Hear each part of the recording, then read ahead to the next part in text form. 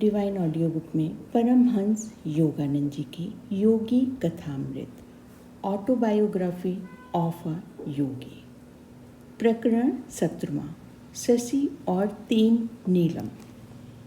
तुम्हारी और मेरे बेटे की स्वामी श्री युक्तेश्वर जी के बारे में इतनी ऊंची धारणा होने के कारण ही मैं किसी दिन उनसे मिलने आ जाऊंगा। डॉक्टर नारायण चंदन राय के स्वर से ये स्पष्ट था कि वे केवल मूर्खों की सनक के प्रति सौजन्य दिखा रहे थे। मंदातरण करने वालों की परंपरा के अनुसार मैंने अपने रोष को अंदर ही अंदर दबा लिया। ये डॉक्टर महोदय जो पशु चिकित्सक थे, विचारों से पक्के नास्तिक थे, उनके युवा पुत्र संतोष ने मुझसे उनमें रुचि लेने के लिए अनुनय विनय किया था। अभी तक तो मेरी अनमोल सहायता कुछ अदृश्य स्तर पर ही प्रतीत हो रही थी। दूसरे दिन डॉक्टर राय मेरे साथ श्री रामपुर आश्रम में आए। श्री युक्तेश्वर जी के साथ अल्पकालिक साक्षात्कार के बाद, जिसका अधिकांश समय दोनों ओर से दृढ़ मौन में ही कट गया था, वे हठात वहाँ से निकलकर चल पड़े। किसी मरे हुए मनुष्य को आश्रम में लाने का क्या प्रयोजन है? कोलकाता के उस नास्तिक के चले जाने के बाद जैसे ही दरवाज़ा बंद हुआ, श्री युक्तेश्वर जी मेरी ओर प्रश्न सूचक दृष्टि से देखते हुए पूछने लगे, गुरुदेव, डॉक्टर तो जीते जागते मनुष्य हैं, किंतु शीघ्र ही वे मरने वाले हैं। मैं स्तब्ध रह गया। गुरुदेव, इससे उनके बेटे को भयंकर आघात लगेगा।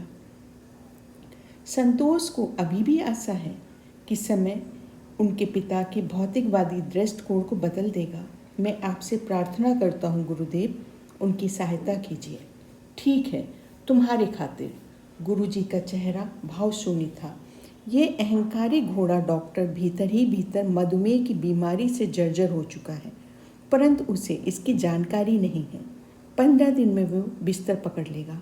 चिकित्सक जवाब दे देंगे। उसका इस लोक से विदा होने का नैसर्गिक समय आज से 6 सप्ताहों के पूरे होते ही तय है, किंतु तुम्हारी मध्यस्थता के कारण उस दिन वह अच्छा हो जाएगा, परंतु एक शर्त है, उसे गृह शांति के लिए कड़ा पहनना पड़ेगा। वह निसंशय ऑपरेशन के पहले कोई घोड़ा जैसी उछल कूद करता है, वैसा ही उग्रता के साथ प्रतिकार करेगा। इतना कहकर गुरुदेव हंस पड़े। कुछ देर मौन छाया रहा, जिसमें मैं यही सोचता रहा कि संतोष और मैं खुशामद का कौन सा तरीका अपनाकर डॉक्टर को सहमत करा पाएंगे। श्री युक्तेश्वर जी ने कुछ और बातें कही। जैसे ही वो अच्छा हो जाएगा, उससे कहो कि वह मांसाहार ना करे, किंतु वह इस परामर्श को नहीं मानेगा और 6 महीनों में जब उसे अपना स्वास्थ्य पूर्णतः अच्छा लग रहा होगा, अचानक चल बसेगा। मेरे गुरु ने आगे कहा, जीवन के ये 6 अतिरिक्त महीने उसे केवल तुम्हारी प्रार्थना के कारण दिए जा रहे हैं। दूसरे दिन मैंने संतोष को बता दिया कि वह जौहरी को कड़ा बनाने के लिए कह दें। 1 सप्ताह में कड़ा बनकर आ गया, परंतु डॉक्टर ने उसे पहनने से इनकार कर दिया। मेरा स्वास्थ्य एकदम ठीक है। तुम लोग इस ज्योतिषी की अंधश्रद्धा को मेरे मन में कभी प्रवेश नहीं दिला सकोगे। डॉक्टर युद्ध के लिए ललकारने को दृष्टि से मेरी ओर देख रहे थे। मुझे कौतुक के साथ स्मरण हो गया कि गुरुदेव ने इस आदमी की अड़ियल घोड़े के साथ योग की ही तुलना की थी। 7 दिन बीत गए, डॉक्टर अचानक बीमार हो गए और तब नम्रता के साथ कड़ा पहनने के लिए राजी हो गए। 2 सप्ताहों बाद उनका इलाज करने वाले डॉक्टर ने मुझे बताया कि उनके बचने की कोई आशा नहीं है। उन्होंने मधुमेह से उनके शरीर में भीतर ही भीतर विध्वंसकारी क्षति का हृदय विदारक विस्तार सहित वर्णन भी मुझे सुना दिया। मैंने असहमत से सिर हिलाकर कहा, मेरे गुरुदेव ने कहा है कि 1 महीने की रुग्णता के बाद डॉक्टर राय ठीक हो जाएंगे। डॉक्टर अविश्वास से मेरी ओर देखते ही रह गए, परंतु 15 दिन बाद सकुचाते हुए वे मेरे पास आए। डॉक्टर राय पूर्ण स्वस्थ हो गए हैं। वे बोल पड़े, मैंने देखने में ये सबसे विस्मयचकित कर देने वाली घटना है। इससे पहले कभी भी मैंने किसी मरणासन व्यक्ति को इस प्रकार अकल्पनीय रूप से स्वस्थ होते नहीं देखा। तुम्हारे गुरु सचमुच रोग मुक्त करने वाली शक्ति से संपन्न कोई सिद्ध पुरुष है। डॉक्टर राय से एक भेंट के बाद जिसमें मैंने मांसाहार वर्जित करने की श्री युक्तेश्वर जी की सलाह दोहरा दी। मैं 6 महीने तक फिर उनसे नहीं मिला।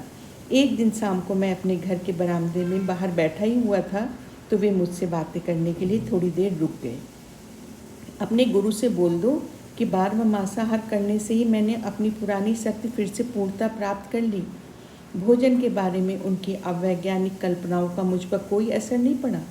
ये सच था कि डॉक्टर राय पूर्ण स्वास्थ्य की साक्षात मूर्त दिखाई पड़ रहे थे, किंतु संतोष दूसरे ही दिन पड़ोस के अपने घर से दौड़ता हुआ मेरे पास आया। आज सुबह पिताजी की मृत्यु हो गई। गुरु जी के साथ मैंने अनेक अनुभवों में ये अनुभव सबसे विलक्षण था कि उन्होंने उस विद्रोही पशु चिकित्सक को उसके अविश्वास के बावजूद रोग मुक्त कर दिया और पृथ्वी पर उसके जीवन की नैसर्गिक अवधि 6 महीने को बढ़ा दी थी, केवल इस कारण कि मैंने इसकी तीव्र प्रार्थना की थी। भक्त की उत्कृष्ट प्रार्थना को पूर्ण करने में श्री युक्तेश्वर जी अपार दया के सागर थे। अपने मित्रों को श्री युक्तेश्वर जी के पास ले जाना मेरा सबसे बड़ा सौभाग्य था। उनमें से अनेक कम से कम आश्रम में पढ़े लिखे लोगों में प्रचलित नास्तिकता का अपना जामा उतार फेंकते थे। मेरा एक मित्र शशि अनेक रविवार श्री रामपुर में आश्रम में बिताता था। गुरुदेव उसे बहुत चाहने लगे थे, पर उन्हें उसके उच्छृंखल और असंयत जीवन पर खेद होता था। शशि, अगर तुमने अपने तौर तरीके नहीं बदले तो अब से 1 साल में तुम घातक रूप से बीमार हो जाओगे। श्री युक्तेश्वर जी मेरे मित्र को और प्रेम भरे रोष के साथ देख रहे थे। मुकुंद साक्षी है, बाद में मत कहना कि मैंने तुम्हें सावधान नहीं किया। शशि ने हंसकर कहा, गुरुदेव, मेरी इस शोचनीय दशा में मेरे भाग्य को नियंत्रित करने वाली शक्तियों को मेरे प्रति दीन वत्सल बनाने का भार मैं आप पर छोड़ता हूँ। मैं सुधरना चाहता तो हूँ, पर मेरा मन अति दुर्बल है। पृथ्वी पर मेरे रक्षणकर्ता केवल आप ही हैं। मैं किसी और बात पर विश्वास नहीं करता। तो कम से कम 2 कैरेट का एक नीलम तुम धारण करो, उससे तुम्हारी सहायता होगी। मैं उन्हें खरीदने में असमर्थ हूँ, और वैसे भी गुरुजी, यदि कोई विपत्ति आ ही जाएगी तो मुझे पूरा विश्वास है कि आप मेरी रक्षा करेंगे। तुम 1 वर्ष के अंदर नीलम ले लो, पर तब उनसे कोई लाभ नहीं होगा। श्री युक्तेश्वर जी ने कहा, थोड़े बहुत फेरबदल के साथ यही बातें नियमित रूप से चलती रहती हैं। मैं सुधर नहीं सकता। शशि हास्यप्रद निराशा के स्वर में कहता है, और आपसे मेरा विश्वास मेरे लिए किसी रत्न से अधिक मूल्यवान है गुरुदेव। 1 वर्ष बीत गया। एक दिन मैं कोलकाता में गुरुदेव के शिष्य नरेन बाबू के घर में गुरुदेव से मिलने गया। वहाँ वे ठहरे हुए थे। सुबह 10 बजे जब श्री युक्तेश्वर जी और मैं दूसरी मंजिल के बैठक खाने में बैठे हुए थे, तब मैंने सामने के द्वार के खुलने की आवाज़ सुनी। गुरुदेव का शरीर एकदम सख्त और सीधा हो गया। उन्होंने गंभीरतापूर्वक कहा, ये वह शशि है। 1 वर्ष पूरा हो गया। उसके दोनों फेफड़े बेकार हो चुके हैं।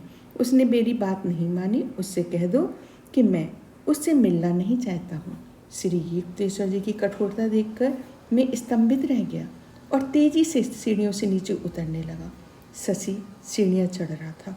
ओ मुकुंद, मुझे आशा है कि गुरुदेव यहाँ हैं। मेरे मन में अचानक ये विचार उठा था कि वे यहाँ हो सकते हैं। हाँ, परंतु वे किसी से मिलना नहीं चाहते। शशि अचानक रो पड़ा और मुझे एक तरफ ठेलकर तेजी से सीढ़ियाँ चढ़ गया। अपने आप को उसने श्री युक्तेश्वर जी के चरणों में झोंक दिया और 3 सुंदर नीलम निकालकर वहाँ रख दिए। हे सर्वज्ञ गुरुदेव, डॉक्टर लोग कहते हैं कि मुझे फेफड़ों का क्षय रोग हो गया है। वे कहते हैं मैं 3 महीनों से अधिक जीवित नहीं रह सकता। आपकी सहायता के लिए मैं आपसे विनम्र प्रार्थना करता हूँ। मैं जानता हूँ कि आप मुझे रोग मुक्त कर सकते हैं। अपने जीवन की चिंता करने में अब थोड़ी देर नहीं हुई। अपने रत्न लेकर यहाँ से चले जाओ। उनकी उपयोगिता का समय बीत चुका है। और तब गुरुदेव कठोर मौन धारण करके पत्थर की मूर्ति के समान निर्विकार चेहरे से बैठे रहे। बीच बीच में केवल दया की भीख मांगते हुए शशि की सिसकियाँ सुनाई दे रही थीं। मेरे अंतर्मन में एक ऐसी दृढ़ धारणा जागी कि श्री युक्तेश्वर जी रोग मुक्त करने की दैवी शक्ति में शशि के विश्वास की गहराई की केवल परीक्षा ले रहे हैं। इसलिए 1 घंटे के तनावपूर्ण समय के बीतने के बाद जब श्री युक्तेश्वर जी ने मेरे साष्टांग प्रणत मित्र पर सहानुभूतिपूर्ण दृष्टि डाली तो मुझे कोई आश्चर्य भी नहीं हुआ। उठो शशि, दूसरे के घर में तुमने कितनी गड़बड़ मचा रखी है। ये नीलम जौहरी को वापस कर दो, इन पर खर्च करने की अब आवश्यकता नहीं, परंतु गृह शांति का एक कड़ा ले आओ और उसे पहनो। घबराओ मत, कुछ ही सप्ताहों में तुम ठीक हो जाओगे। शशि की मुस्कुराहट ने उसके अश्रुशक्त चेहरे को एक उज्ज्वल चेहरा बना दिया। जैसे भीगे हुए आर्द्र प्रतीत होते हुए भूप्रदेश पर अचानक सूर्य की किरणें निकल आई हूँ। पूज्य गुरुदेव, क्या मैं डॉक्टर की दवाएं भी लेता रहूं? जैसा तुम चाहो, उन्हें चाहो लो या फेंक दो, इससे कोई फर्क नहीं पड़ता। अब तुम्हारा क्षय रोग से मरना उतना ही असंभव है जितना सूर्य और चंद्र का आपस में अपने स्थान पर बदलना। फिर अचानक श्री युक्तेश्वर जी कह उठे, इससे पहले कि मेरा विचार बदल जाए, अब यहाँ से चले जाओ। घबरा कर उन्हें तुरंत नमस्कार कर शशि शीघ्रता से वहाँ से चला गया। अगले कुछ सप्ताहों में मैं अनेक बार जाकर उससे मिला और दिन ब दिन उसकी बिगड़ती अवस्था देखकर हैरान रह गया। शशि आज की रात नहीं निकाल सकता। उसके डॉक्टर के शब्दों को सुनकर और मेरे मित्र के अस्थिपंजर देह को देखकर मैं शीघ्र श्री रामपुर जा पहुंचा। मेरे अश्रुपूरित वृत्तांत को गुरुदेव निष्प्रस भाव से सुनते रहे। तुम यहाँ मुझे परेशान करने क्यों आए हो? तुम्हारे सामने ही तो मैंने शशि के स्वास्थ्य लाभ का आश्वासन दिया था। अत्यंत श्रद्धा के साथ उन्हें नमस्कार कर मैं दरवाजे की ओर बढ़ा। श्री युक्तेश्वर जी ने विदाई सूचक एक भी शब्द मुंह से नहीं निकाला, बल्कि गहरे मौन में डूब गए। उनकी पलकें झपकना बंद हो गई, नेत्र अद्रोन्मिलन हो गए। नेत्रों की दृष्टि किसी दूसरे लोक में लग गई थी। मैं तुरंत लौटकर कोलकाता में शशि के घर गया।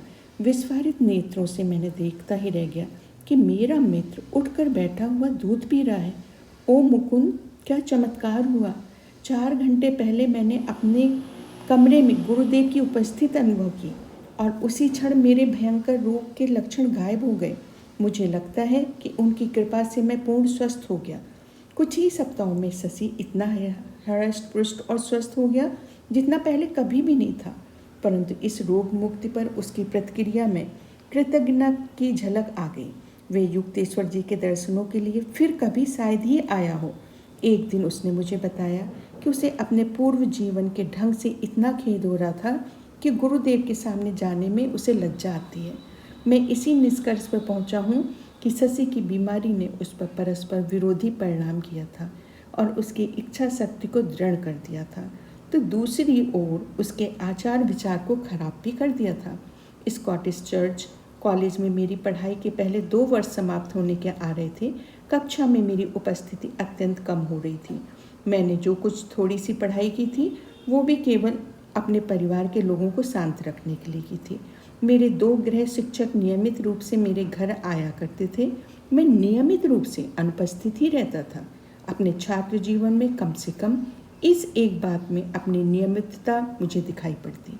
भारत में कॉलेज की 2 वर्ष की सफल पढ़ाई के बाद इंटरमीडिएट आर्ट्स का डिप्लोमा मिलता है। उसके बाद और 2 वर्ष की पढ़ाई करने के बाद विद्यार्थी अपने बीए की डिग्री की आशा कर सकते हैं। इंटरमीडिएट आर्ट्स की वार्षिक परीक्षा भयंकर संकट बनकर सामने खड़ी थी।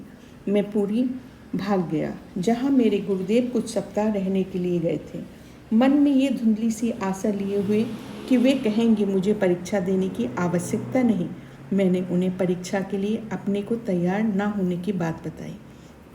श्री युक्तेश्वर जी ने सांत्वनादायक ढंग से मुस्कुराते हुए बोला, तुमने पूर्ण मन लगाकर अपने आध्यात्मिक कर्तव्यों का पालन किया, अतः कॉलेज के कार्य की उपेक्षा स्वाभाविक ही थी। अब इस अगले सप्ताह भर कठोर परिश्रम करके साथ पढ़ाई भी करो, तुम्हें इस परीक्षा में सफलता मिल जाएगी। बीच बीच में मन में उठने वाले तर्क संगत संदेहों को दृढ़ता के साथ दबा देता हुआ मैं कोलकाता लौट आया।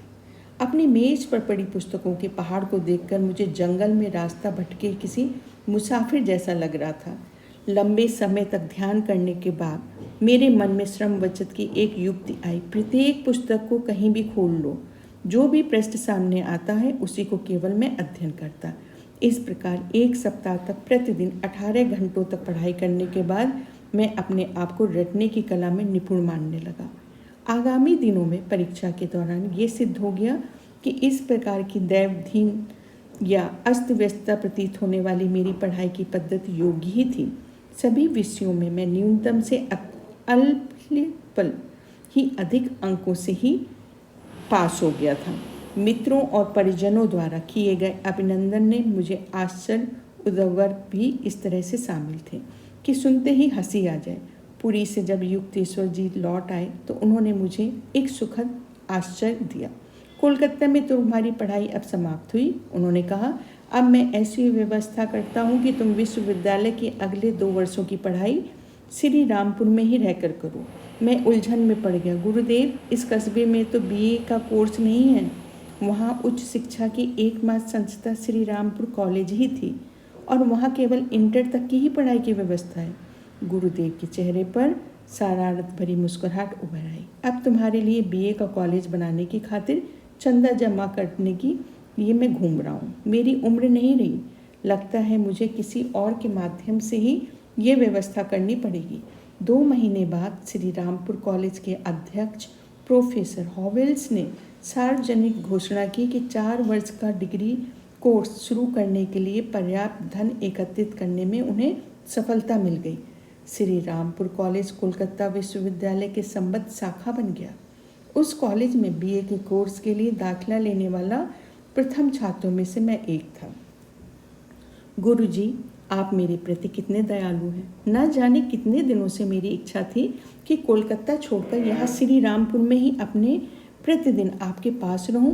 प्रोफेसर हॉवेल्स को स्वप्न में भी इसकी कल्पना नहीं होगी कि उनकी सफलता में आपका मौन सहायता का कितना हाथ है। श्री युक्तेश्वर जी ने कृत्रिम कठोरता से मेरी ओर देखा। अब तुम्हें ट्रेन पर इतने सारे घंटे बिताने नहीं पड़ेंगे और पढ़ाई के लिए बहुत सारा खाली समय मिलेगा। शायद अब तुम आखिरी समय में डट कर पास होने वाले न रहकर सच्चे अध्ययनकर्ता विद्यार्थी बनोगे। परंतु उनके स्वर में कहीं विश्वास का अभाव लग रहा था। और इस प्रकार से प्रकरण 17वां शशि और 3 नीलम।